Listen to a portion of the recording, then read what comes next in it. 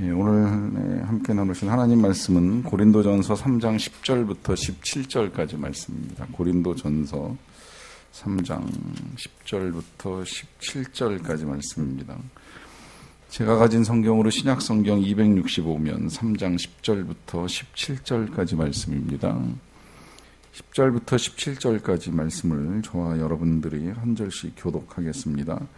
내게 주신 하나님의 은혜를 따라 내가 지혜로운 건축자와 같이 터를 닦아둠에 다른 이가 그 위에 세우나 그러나 각각 어떻게 그 위에 세울까를 조심할지니라.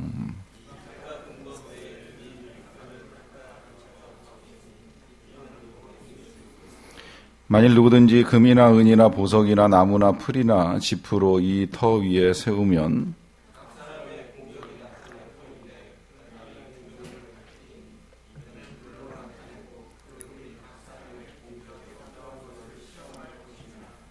만일 누구든지 그 위에 세운 공적이 그대로 있으면 상을 받고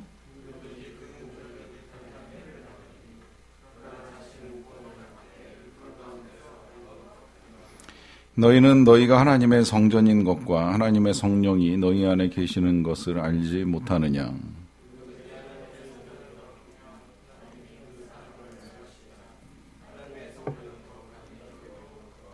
아멘. 보이지 아니하시는 우리 하나님께서 보이는 세상을 만드실 때 아무렇게나 만드신 것이 아니라는 걸 알고 계시리라고 생각을 합니다. 하나님의 계획 속에 만들어지는데 그것도 그냥 계획하신 것이 아니라 이 보이는 세상을 통해서 이제 보이지 아니하시는 하나님과 하나님의 나라를 알 수 있도록 만드신 거예요. 그래서 우리가 이 땅에서 누리는 모든 선한 것들은 이제 하나님 나라의 모형입니다.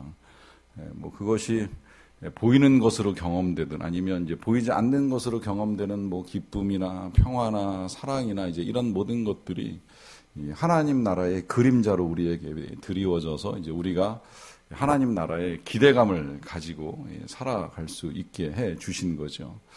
그러다 보니까 이제 하나님의 나라를 이해함에 있어서 존재하는 우리 현실의 여러 가지 것들을 가지고 비유해서 이 하나님 나라를 이제 이해할 수 있게 되는데, 그래서 우리 예수님이 하나님 나라를 우리에게 전해 주실 때에 이제 많은 세상의 현상과 이 사물들을 가지고 비유를 해주셨어요. 그리고 그 비유는 이제 예수님에게만 사용된 것이 아니라 사도 바울에게도 똑같이 사용되는 것을 볼 수가 있는데, 사도 바울이 지난 시간에 우리가 읽었던 말씀에서 이 고린도 교회 성도들을 대할 때에 이 밥으로 먹이지 아니하고 이제 저주로 먹였다 하는 말씀 하시는 거 볼 수가 있습니다. 이 말씀의 의미를 이제 해석하기는 했습니다만 이제 그만큼 쉽게 가르쳐 주기 위해서 애를 썼다 하는 의미죠. 잘 알아듣기 쉽게 최대한 어렵지 않게 이제 가르치는 일을 하셨다 하는 내용입니다. 그러다 보니까 이제 사도 바울도 아마 고린도 교회에 계셨을 때도 그럴 거라고 생각이 됩니다만 지금 이 편지를 쓰는 과정 중에도 쉽게 가르치기 위해서 여러 가지 비유를 사용을 합니다. 그래서 지난 시간에 이제 맨 마지막에 우리는 하나님의 동역자요 너희는 하나님의 밭이다 이제 뭐 이런 표현 이제 나오고 또 집이라는 표현도 나오긴 했습니다만은 이런 표현 자체가 지금 이제 비유로 표현을 하는 거죠. 뭐 보기에 따라서 이거를 교회로 볼 수도 있고 아니면 뭐 하나님의 나라로 봐도 되고 상관은 없는데 현재는 고린도 교회와 우리들에게 주시는 말씀이니까 그냥 교회로 이해를 해도 상관은 없을 것 같아요. 우리가 바치고 뭐 굳이 이제 구분을 하자면 구분을 안 해도 상관은 없는데 교회가 밭이라면 이제 우리는 그 밭에서 자라고 있는 뭐 나무, 지난 주일날 연결시켜 보면 이 교회라고 하는 밭에서 자라고 있는 이제 포도나무다, 포도나무에 붙어 있는 가지다, 뭐 이렇게 봐도 또 상관은 없는데 일단 밭의 개념에서 이 사도 바울이 지난주에 우리에게 전해 주었던 말씀에는 심는 자가 있고 그 다음에 물 주는 자가 있다라고 하는 것이죠. 이 말씀은 일단 뭐 딱히 역할이 정해져서 누가 심고 누가 물 준다 여기에 초점이 맞춰져 있는 것이 아니라 누가 심든 누가 물을 주던 중요한 건 이 모든 것들을 자라나게 하시는 하나님이 계시다라고 하는 겁니다. 이게 중요한 거죠.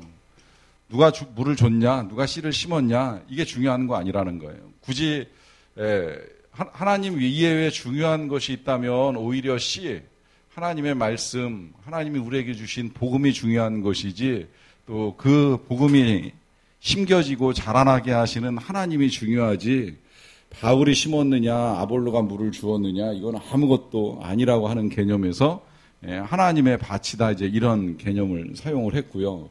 이 한 번의 비유로 부족했던지 이제 사도 바울이 오늘은 집이라는 개념, 나중에 이제 확대돼서 이것을 성전이라고 하는 개념을 가지고 설명하시는 걸 볼 수 있는데, 이 집이라고 하는 개념을 통해서 또 한 번 이 교회와 하나님의 나라를 이제 우리에게 알려주는 일을 하는 것을 볼 수가 있습니다. 일단 3장 10절을 보시면 이렇게 시작이 됩니다. 내게 주신 하나님의 은혜를 따라 내가 지혜로운 건축자와 같이 터를 닦아두매 다른 이가 그 위에 세우나 그러나 각각 어떻게 그 위에 세울까를 조심할지니라. 그래요.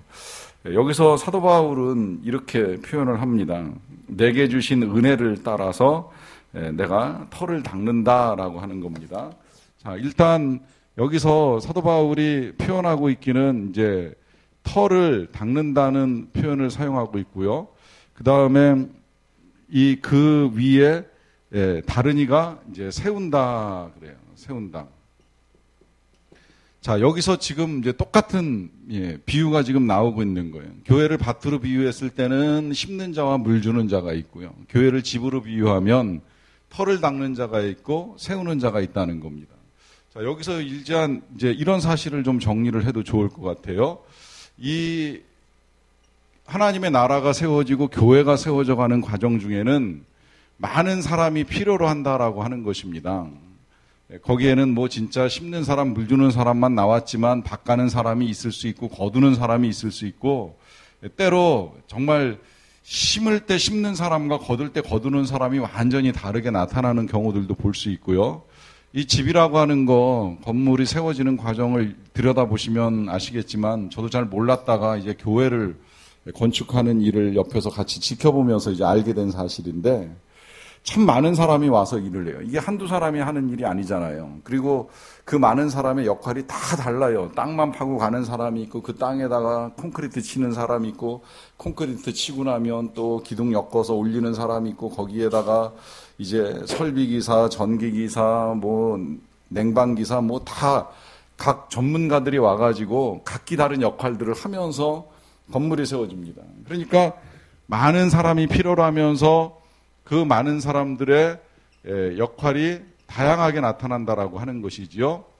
이 다양한 역할 가운데에 사도 바울이 지금 표현하기를 나는 하나님의 은혜를 따라서 내가 지혜로운 건축자와 같이 터를 닦았다라고 하는 겁니다.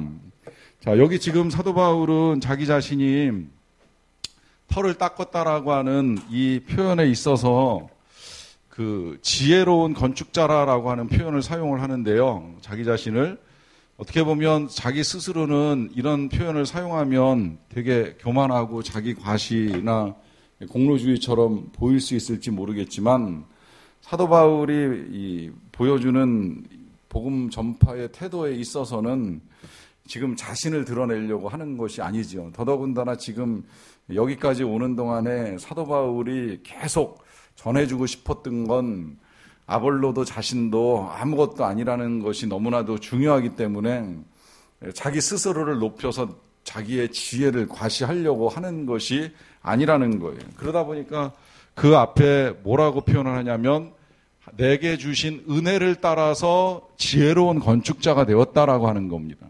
그러면 여기서 이 지혜로운 건축자라고 하는 건 자신을 높이는 이야기가 아니라 하나님이 내게 주신 지혜를 따라서 나는 터를 닦는 거 말고는 한 일이 없다는 거예요. 그리고 나머지는 다른 사람이 와서 그 위에다가 교회를 세우는 일을 했는데, 그런데 그 세우는 사람들은 각각 어떻게 그 위에 세울까를 조심해야 된다라고 하는 말씀을 지금 하고 계십니다. 실제로 이제 바울은 1년 반 동안 고린도 교회의 기초를 닦았어요. 그러고 우리가 본 대로 이제 아볼로가 와서 세우고 그 뒤에 또 디모데도 와서 이제 사역을 하면서 교회를 세워 나가는데, 그런데 중요한 건 그 뒤에 세우는 사람들이 어떻게 세울까를 조심해야 된다는 거죠. 왜 조심해야 되겠어요?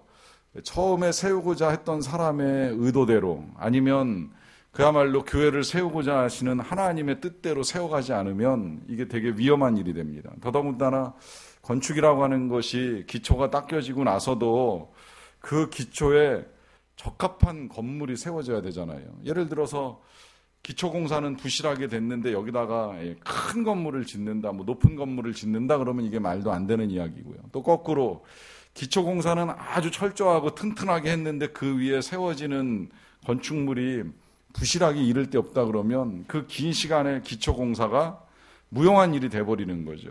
그러니까 사도 바울은 자신이 이 교회의 기초를 닦는 일을 해오기는 했지만, 그러나 그 뒤에 세우는 누군가라고 하더라도 그가 조심해서 세워나가야 된다라고 하면서, 이제 그 다음에 11절에서 이런 말씀을 하세요.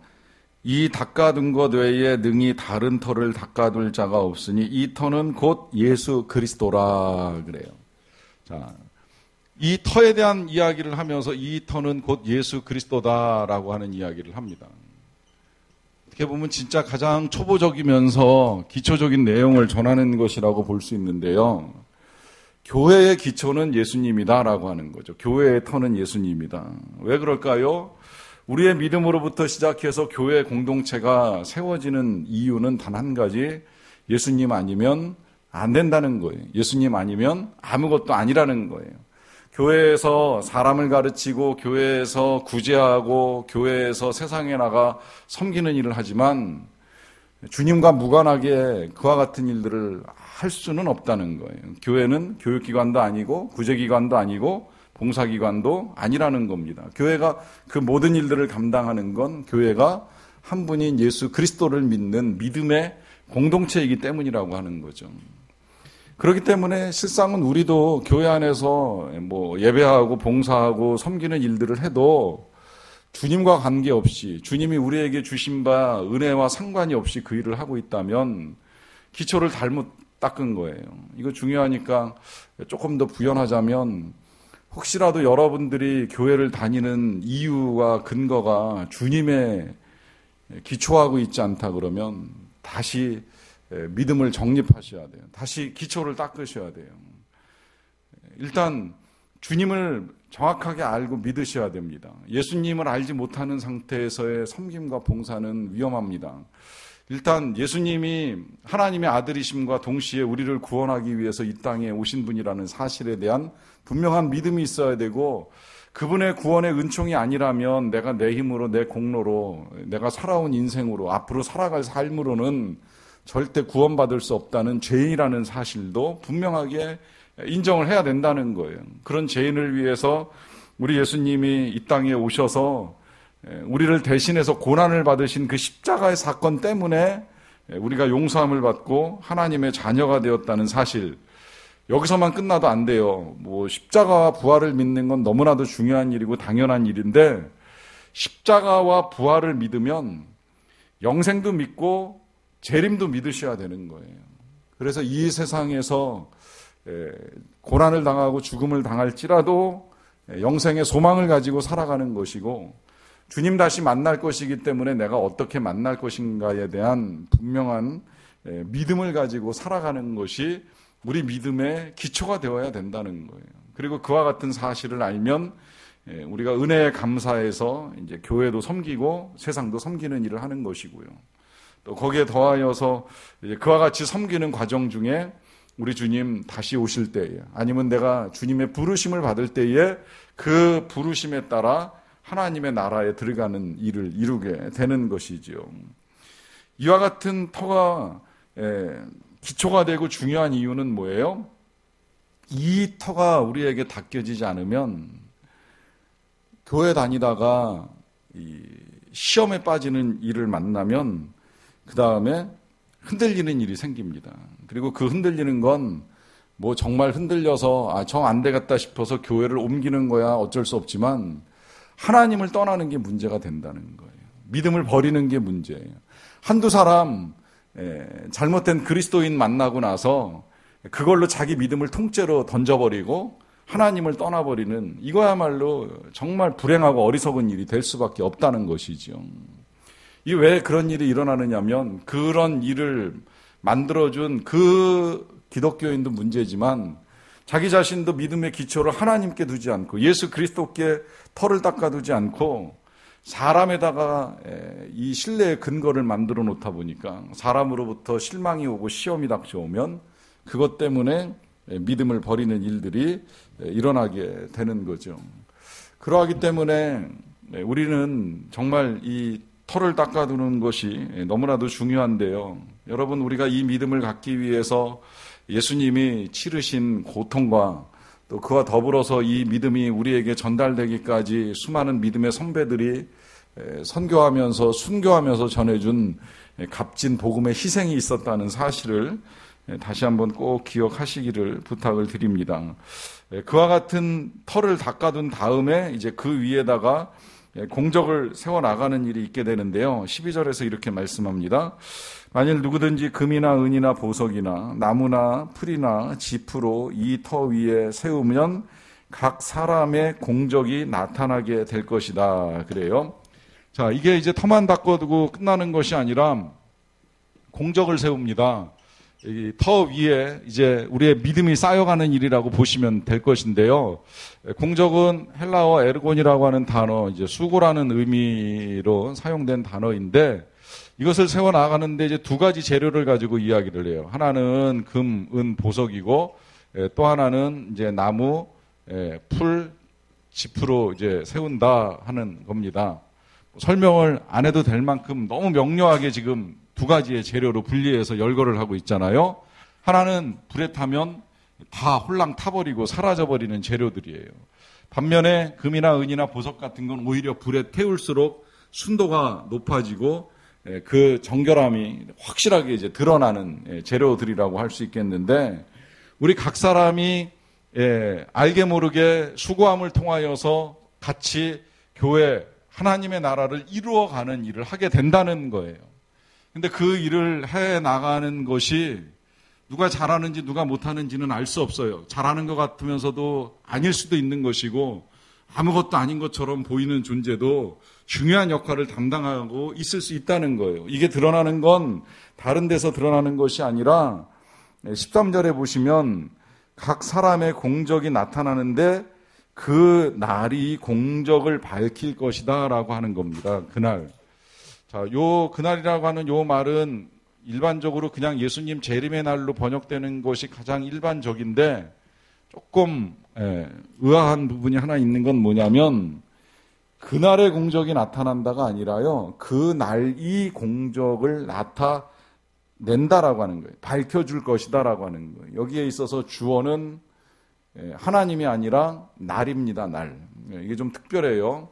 이런 특별한 표현이 사실은 성경에서 여기만 나오는 것이 아니라 군데군데 나오는 걸 혹 이상하게 보시는 일이 있으셨을지 모르겠어요. 예를 들면 우리 예수님이 이 마태복음에서 염려하지 말라는 말씀 한참 하시고 난 다음에 이제 마지막에 결론 내리면서 두 가지를 말씀하시는데, 염려하지 않기 위해서 하나는 뭐냐면 먼저 하나님의 나라와 의를 구하라고 하시죠. 그러면 나머지는 다 하나님이 알아서 하실 거야, 이렇게 말씀하시는 거고요. 거기서 끝나는 줄 알았는데 그 뒤에 이제 한 절이 더 붙어 있어요. 내일 일을 위하여 염려하지 말라라고 하시면서, 내일 일은 누가 염려한다고요? 내일이 염려할 것이요, 한날 괴로움은 그날의 족하니라 그래요. 이게 옛날 번역에는 내일 일은 내일 염려할 것이요라고 번역이 돼서 그냥 우리 나름대로 조사를 붙여서 내일에 염려할 것이요 이렇게 읽을 수가 있었는데, 아예 개역 개정에서는 명확하게 내일 일은 내일이 염려할 것이라고 해서 그걸 우리가 할 일이 아니라 내일이 할 일이라고, 내일의 시간, 내일의 날짜에 염려를 맡기고 오늘 하루 염려하지 말고 살라고 당부를 하십니다. 좀 의아하죠. 이런 비슷한 표현이 어제 새벽에도 나왔는데, 사람들이 소리를 지르지 아니하면 돌들이 소리를 지르리라라고 하시는 말씀 속에 어찌 돌이 소리를 지르는가 하는 의문을 가지고 주님의 말씀을 보는 일이 있습니다. 이제 이게 지금 이제 우리와 이 시대 사람의 시각 차이이고 그게 또 단순한 시각의 차이를 넘어서는 이제 하나님의 깊은 뜻이 있다고도 볼 수 있겠는데요.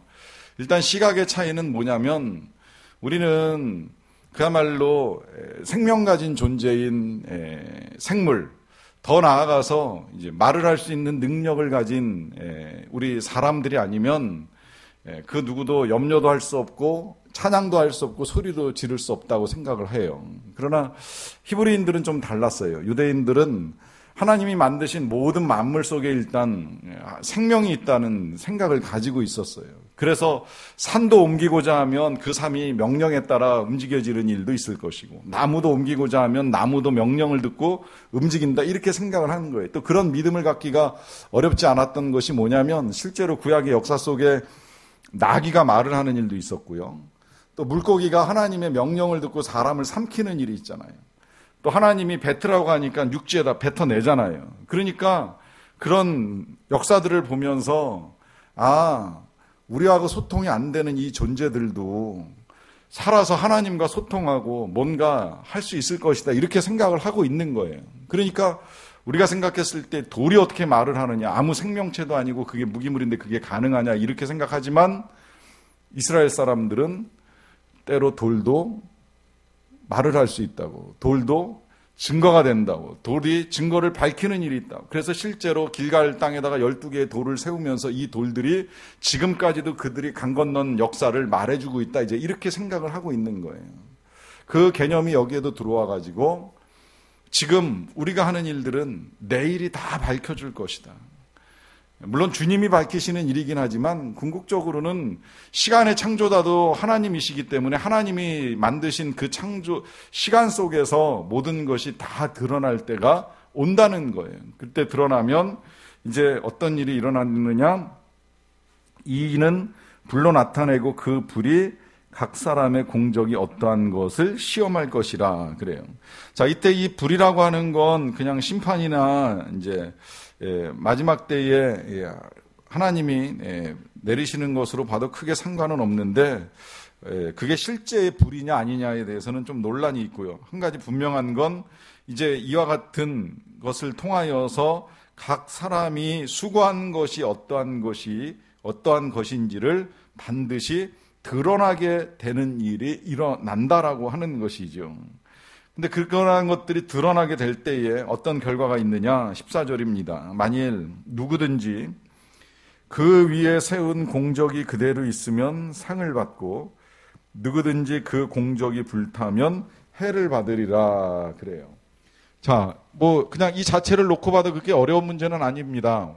만약에 나무나 풀이나 집같이 이 공적이 불의 시험, 불의 심판을 통과하는 동안에 만약에 이것이 불타버리면 여기에 이제 해가 임하게 되고, 만약에 그대로 남게 되면 이 금이나 은이나 보석같이 그대로 남게 되면 상을 받게 될 것이다 라고 하는 것인데요.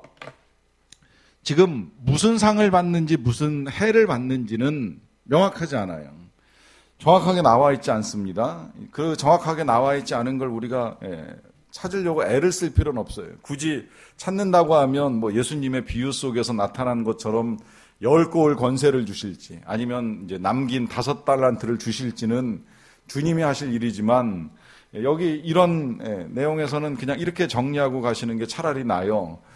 상이 있고 해가 있을 수 있구나. 그 해라고 하는 것도 오해하지 마셔야 될 건 뭐냐면 지옥은 아니에요. 이때 해는 지옥이 아니에요. 굳이 해가 뭐냐라고 하면 상 못 받는 부끄러움이겠죠. 무슨 상일지는 알지 못해요. 가장 쉽게 이해할 수 있는 상은 하나님의 칭찬이라고 보시면 돼요. 이 부분은 특히 이렇게 알고 가셔도 좋을 것 같아요. 이 구절 하나를 붙들고 이단에서는 천국에서 받는 상이 다 다르다고, 이제 이걸 모자로 비유해서 황금 면류관으로부터 시작해서 은면류관, 보석면류관, 마지막에는 개털 모자까지 이제 다양한 모자를 쓴다 하는 이야기도 있고요. 또 제가 오전에는 전하지 못했는데 누가 가서 보고 온 것을 들은 목사님이 실제로 천국을 보고 온 성도에게 들은 목사님이 쓴 책에는 그 성도가 보고 온 천국에는 각 사람들의 집이 지어져 가고 있다는 거예요. 이 지금 고린도전서 3장의 말씀처럼 지어져 가고 있는데 어떤 사람의 집은 화려하게 지어지고 어떤 사람의 집은 부실하게 지어지고 기초만 세우고 못 지은 집이 있어서 실제로 거기서 질문을 하고 이제 오셨다 그러더라고요. 왜 그렇습니까? 하는데 천사가 설명해 주기를 재료가 아직 땅에서 안 올라왔다고 이제 그래서 집이 저렇게 됐다 하는 이제 이야기까지 있을 정도로 뭐 이 상에 대한 해석은 너무 다양하게 나타나는데 문제는 뭐냐면 이단은 항상 이걸 가지고 이제 성도들을 자극해요.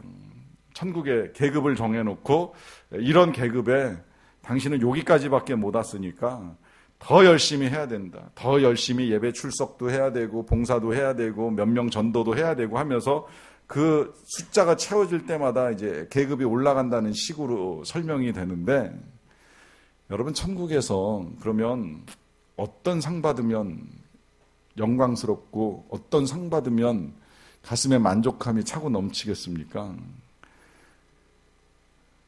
여러분 잘못 생각하면 우리가 이 세상에서 대단하게 여기는 거 정도 받았으면 좋겠다고 생각을 하실지는 모르겠지만 그건 천국에 흔하디 흔한 싸구려들 가능성이 거의 99%입니다.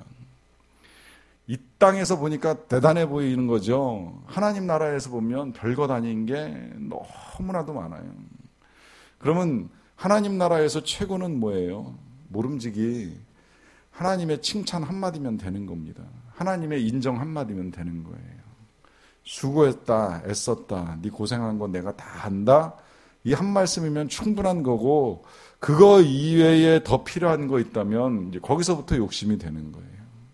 그러니 이 칭찬이 주어지는 것이 감사한 일이 될 터인데 그러나 공적이 불타버리면 이제 그런 말씀 못 드릴지도 모르니 이제 이게 답답한 일이 되는 거죠. 그렇다고 지옥 가는 거 아니라고 분명하게 말씀드리는 건 그 뒤에 바로 오해가 생길까봐 이렇게 이야기하는 거예요. 그러나 자신은 구원을 받되 불 가운데서 받은 것 같으리라 그래요. 그러니까 해를 받는 사람이라고 하더라도 무슨 이야기예요? 구원은 받는 거예요. 왜 구원을 받아요? 어떻게 구원을 받아요? 공적이 불타버렸는데 어떻게 구원을 받아요? 그건 우리의 공적으로 구원을 받는 것이 아니라 누구? 예수 그리스도를 통해서 구원을 받기 때문에 아무리 우리의 공적이 불에 타버리든 남은 것이 없든 쌓은 것이 없든 뭐 풀과 집만도 못하다고 한들 그건 문제될 게 아무것도 없다는 거예요. 구원은 받습니다.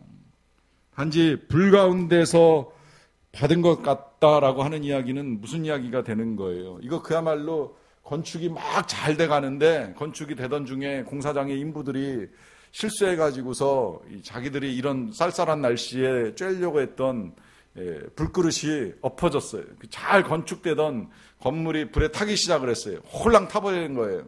그럼 어떻게 해야 돼요? 그 불 속에 뛰어들어가지고 건물 세우려고 하면 큰일 나잖아요. 일단 몸부터 피해야 되잖아요. 그래서 후다다닥 몸을 피신해서 지어지던 건물에서 빠져나왔어요. 그야말로 불 가운데서 빠져나온 거예요. 뭐가 남아요? 목숨만 남아있는 거예요. 아무것도 안 남은 거예요. 목숨만 건진 거예요. 이런 구원이 있을 수 있다는 거예요. 아무것도 정말 남은 것이 없이 목숨만 간신히 살려낸 그런 구원 받은 것 같을 것이다 라고 하는 말씀을 하시는 겁니다. 자, 그러면 어떻게 해야 되느냐? 이제 그걸 위해서 이제 이어나갑니다. 3장 16절입니다. 자, 너희는 너희가 하나님의 성전인 것과 하나님의 성령이 너희 안에 계시는 것을 알지 못하느냐 그래요. 자, 여기서 이제 이 교회, 하나님의 나라인 우리에 대해서 이제 아주 중요한 표현이 드디어 나왔어요. 그 이제 하나님의 성전이다라고 하는 것인데요. 자, 왜 성전이냐라고 했을 때의 그 이유는 성령께서 거하시기 때문에 성전이라고 하는 것이죠. 성령이 계시기 때문에 이것이 지난 주일에 우리가 들었던 말씀에서도 예수님이 사용하신 표현이에요. 내가 너희 안에 거하면 그러면 그 일로 말미암아 우리는 성전이 되고 또 하나님의 밭이 되어서 열매 맺는 가지로 뻗어갈 수가 있다라고 하는 것을 분명하게 말씀하셨어요. 그러하기 때문에 이제 더 이상 성전은 예루살렘에 지어졌던 솔로몬이나 스룹바벨의 건축물이 성전이 아닙니다. 우리가 성전입니다. 이때 우리는 교회 당도 아니고요, 예배당도 아니고 우리 각 사람이 성전이고 우리 공동체가 성전이라는 거예요. 나중에 이제 우리 각 사람이 성전인 건 고린도전서 6장에 가면 한 번 더 나오기 때문에 오늘은 이 공동체 교회에 초점을 맞추어서 본다 그러면 교회 공동체가 성전이 되는 거예요. 우리 각 사람의 연합, 교회 안에서의 우리가 모이는 자리가 성전이 되는 겁니다. 왜 성전이 되느냐? 우리가 모일 때 주의 성령이 우리 가운데 임하시기 때문이에요. 지금 이 자리에도 저나 여러분들 모두에게 성령이 임하셔서 우리가 하나의 교회로 하나님의 말씀을 전하기도 하고 듣기도 하고 함께 나누는 가운데에 지금 성전을 이루고 있는 거예요. 때로 그 일을 이제 각자가 하게 되면 이제 각 사람이 성전이 되어서 각자 예배도 할 수 있고 전도도 할 수 있고 선교도 할 수 있고 봉사도 할 수 있고 이제 이런 성전된 역할과 기능을 감당하게 되는데요. 그와 같은 성전된 우리를 향해서 마지막 17절이 이제 이런 부탁을 합니다. 누구든지 하나님의 성전을 더럽히면 하나님이 그 사람을 멸하시리라. 하나님의 성전은 거룩하니 너희도 그러하니라. 그래요. 자, 여기서 이제 당부하고 있는 것은 뭐예요? 하나님의 성전을 어떻게 하라고요? 더럽히지 말라 그래요. 자, 이 더럽히지 말라라고 하는 이 말씀을 한 단어로 이제 다시 한번 거룩이라고 하는 단어로 요약을 해 주셨어요. 자, 하나님의 성령이 거하시는 성전이기 때문에 우리가 거룩해야 된다라고 하는 사실을 분명하게 말씀해 주시면서 더럽히지 말라라고 하는 당부를 합니다. 자, 그러면 분명히 더럽히지 않아야 되는 것이 우리의 책임이면은 틀림이 없는데 그렇다면 어떤 일들이 성전을 더럽히는 일이 될까요? 그야말로 우리가 지난주에 청소한 것처럼 이 교회 안에 1년 동안 이제 묵은 먼지와 때가 껴가지고 성전이 더러워진다. 사실 그건 아니지요. 이제 교회 건물이 더러워진 거예요. 예배당이 더러워졌기 때문에 청소를 하는 것이지 실제로 하나님의 성령이 거하시는 성전의 더러움은 이제 그런 데서 생겨나는 일이 아니라고 하는 것입니다.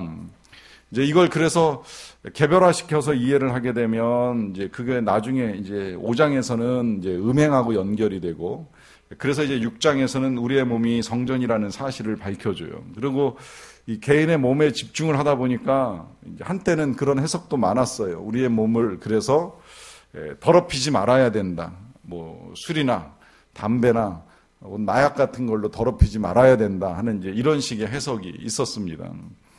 뭐 마약은 나쁜 거니까 뭐 안 된다고 생각을 하는데 그렇게 건강함으로 지켜나가려고 한다고 하면 사실은 미세먼지로 더럽히는 것도 우리가 막아야 되는 일이 되고요.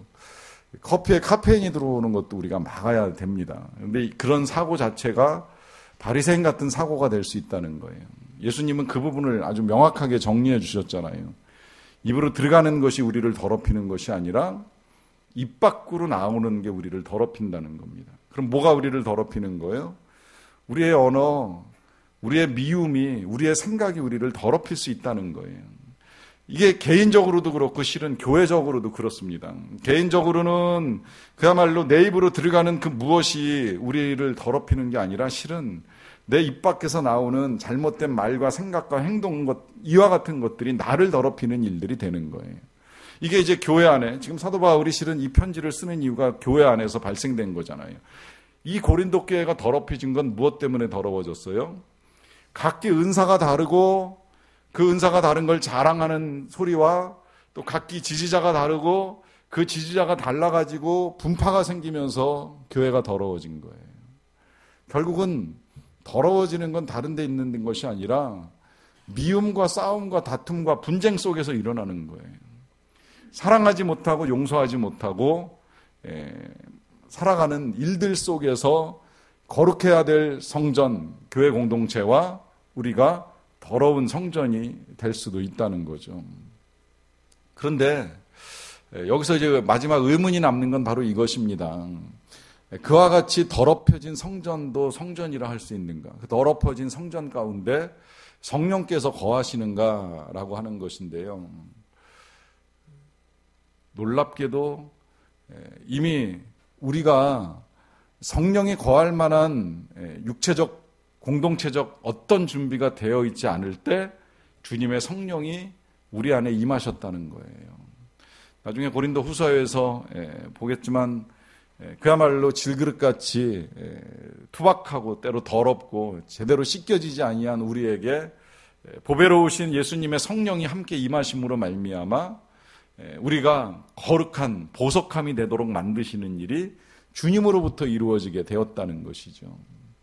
그래서 우리가 성전인 거예요.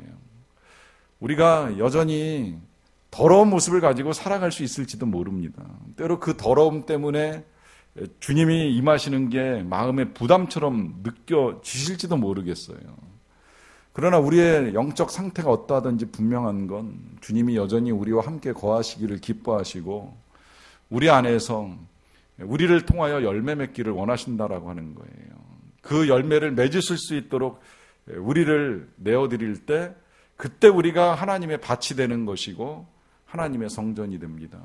이 성전된 하나님의 전으로서의 일들을 주님과 함께 잘 이루어갈 수 있게 되기를 간절히 축원합니다.